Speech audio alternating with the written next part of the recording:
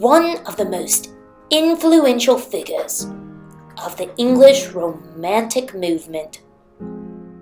Poet, artist, engraver, and visionary, William Blake.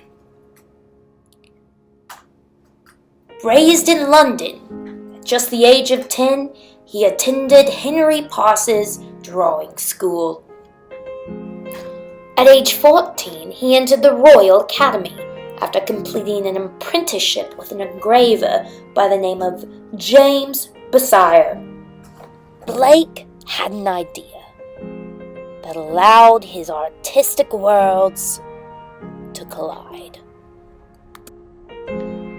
He had the notion to integrate his engravings and his poetry by simultaneously engraving the texts and illustrations.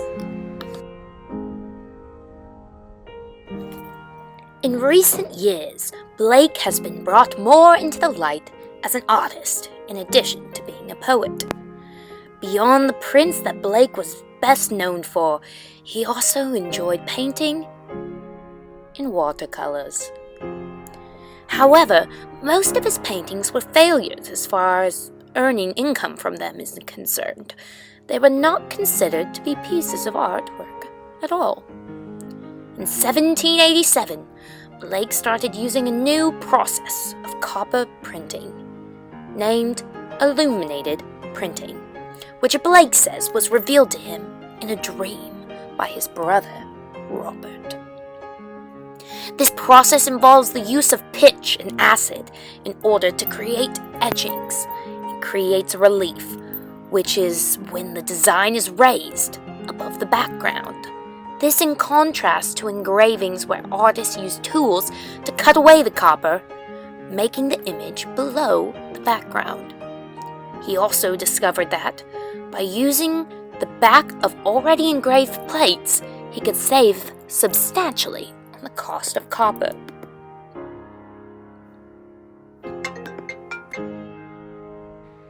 Oh, and in case you were wondering, Blake was married to a lady by the name of Catherine Boucher. They wed in 1782, and in fact, it is said that she collaborated with him on many a project.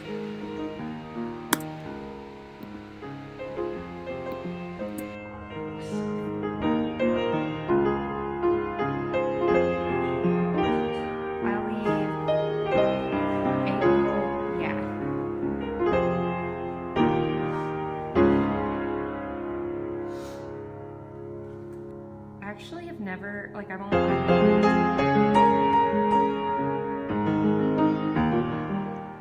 The poetry of John Milton was important to Blake as both a poet and artist from his earliest years. As he told in a letter, Milton loved me in childhood and shewed me his face. Several early drawings, such as the Satan, Sin, and Death of 1780, were probably inspired by Milton.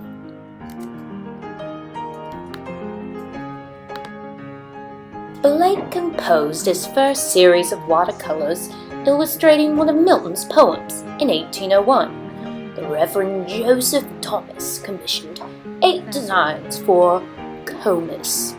Thomas later acquired a set of 12 watercolor illustrations to Paradise Lost in 1807, and on the morning of Christ's Nativity in 1809. Between 1808 and 1815, Blake produced similar, but not identical sets of the Paradise Lost and Nativity designs for Thomas Butts, to which he added 12 illustrations to L'Allegro and Il Penseroso.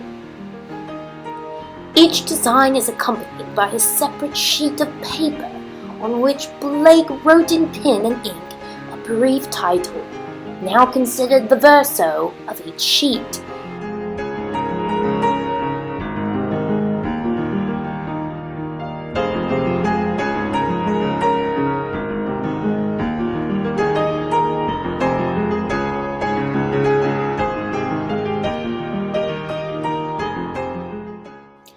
Perhaps Blake's most well-known works were the Songs of Innocence and Experience.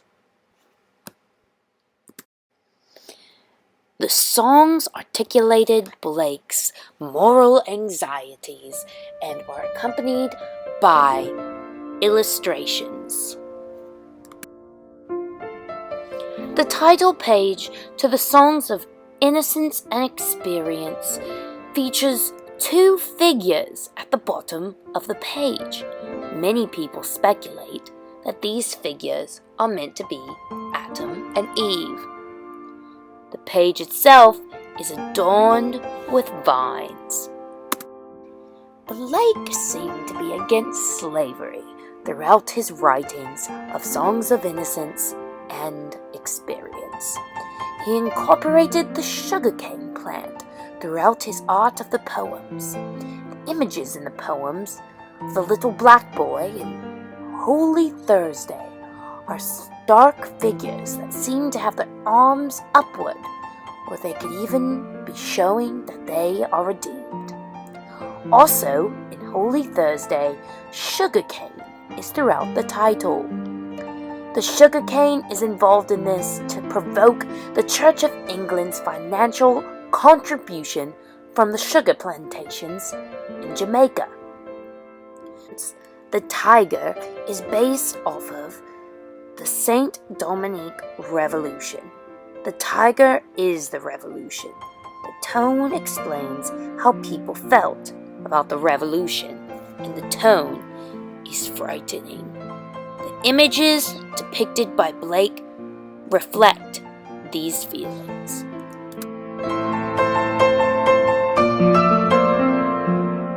Blake's 102 drawings illustrating Dante's Divine Comedy were commissioned by John Liddell, the chief patron of Blake's final years.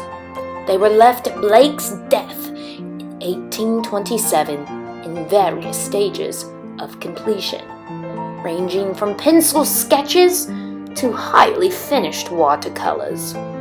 Most show an expressive freedom in the handling of color washes far greater than Blake's earlier watercolors.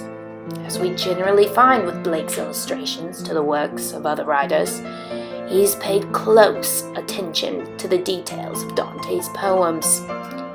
Yet, while faithful to the text, Blake also brings his own perspective to bear on some of Dante's central themes, including sin, guilt, punishment, revenge, and salvation.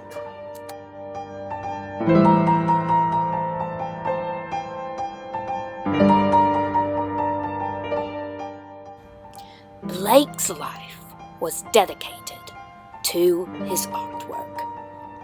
Possibly one of the most traumatizing events of his life, and very influential on his work, was the death of his brother, Robert, in 1787. Blake continued to work and died in the process of creating watercolor illustrations to Bunyan's Pilgrim's Progress. He died at the hands of disease, of an undiagnosed disease that he named the sickness to which there is no name.